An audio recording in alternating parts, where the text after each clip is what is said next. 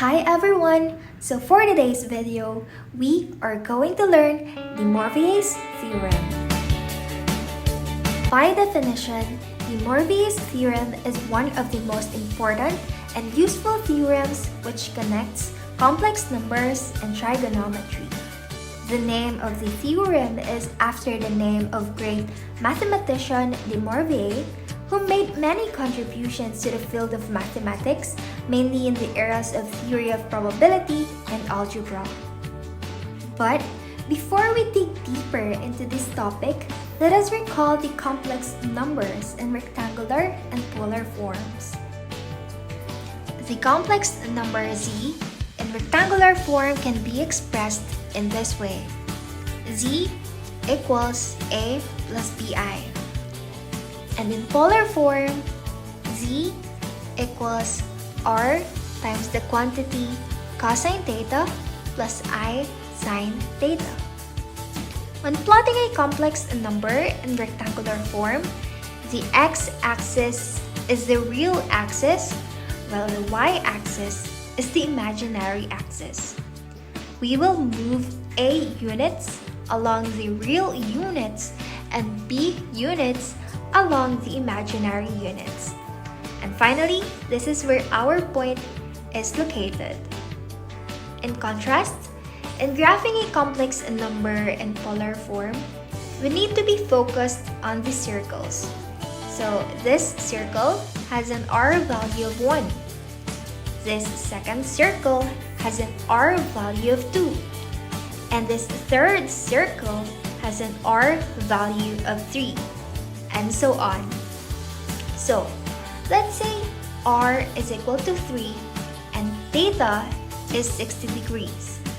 We will create a line at an angle of 60, but it will stop at the third circle. So that's it. This angle here is 60 degrees. Next, the absolute value of a complex number in rectangular form can be expressed this way. The absolute value of c equals the square root of a squared plus b squared. And r is equal to the same formula. R is equal to the square root of a squared plus b squared. You can observe that it's just like a Pythagorean theorem, where this is a and this is b, and the hypotenuse would be the absolute z and r. And inside of this, we have the angle theta. And finally, another thing is that a is equal to r cosine theta and b is equal to r sine theta. If you want to convert it from polar to rectangular form, use these two formulas. However, the equation theta equals arc tangent b over a is needed to convert from rectangular to polar form. Since we have already recalled the concepts regarding complex numbers in rectangular and polar forms, let us go back again with the Moivre'S theorem. So, for its general formula, for any real number x, we have cosine x plus I sine x raised to n equals cosine nx plus I sine nx. This theorem can be used to obtain relationships between powers of trigonometric functions and trigonometric angles. To simply put, to find the nth power of a complex number. Also, it can be used to find the roots of a complex numbers, which will be the focus of our discussion. In finding the complex roots, we can use the formula z sub k equals r raised to 1 over n times the quantity cosine theta plus 2k pi all over n plus I sine theta plus 2k pi all over n, where z is the complex number and k and n are the positive integers.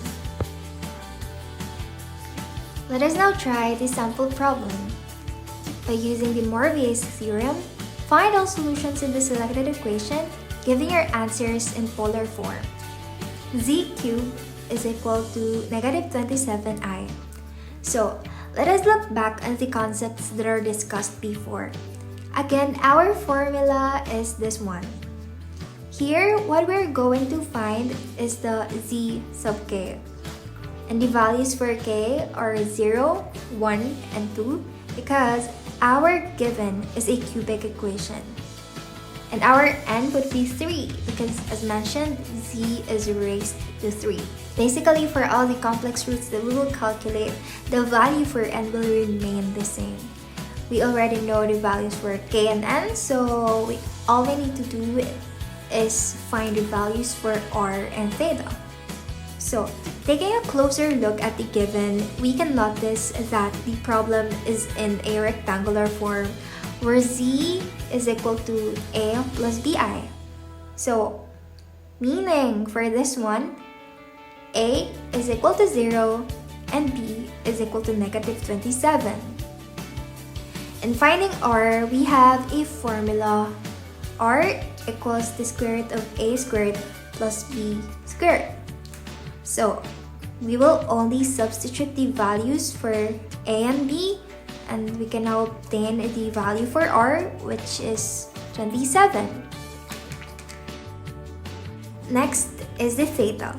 Take note that we also have a formula for this one, which can be expressed as theta equals arctangent b over a. Again, we only have to substitute the a and b values so that we can have our angle theta, which is negative 90 degrees or negative pi over 2. Now that we already completed the needed data, we can now plug in all the values to find the complex roots for this sample problem. I want to reiterate that the value for n will remain the same, so in our case, its value is 3. Let us first compute the first complex root where k is equal to 0. So we just have to plug in all the values. In this case, our k is 0, n is 3, r is 27, and the theta is negative pi over 2. So upon calculating, the answer is z sub 0 is equal to 3 square root of 3 all over 2 minus 3 over 2 I. The whole process is same with the next two complex roots, where k is equal to 1 and 2.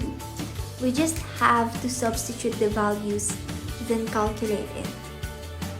Finally, we have arrived with answers. So, z sub 1 is equal to 3i, and c sub 2 is equal to negative 3 times square root of 3 all over 2 minus 3 over 2 times I. So that's it. I hope you learned something. Thank you for watching.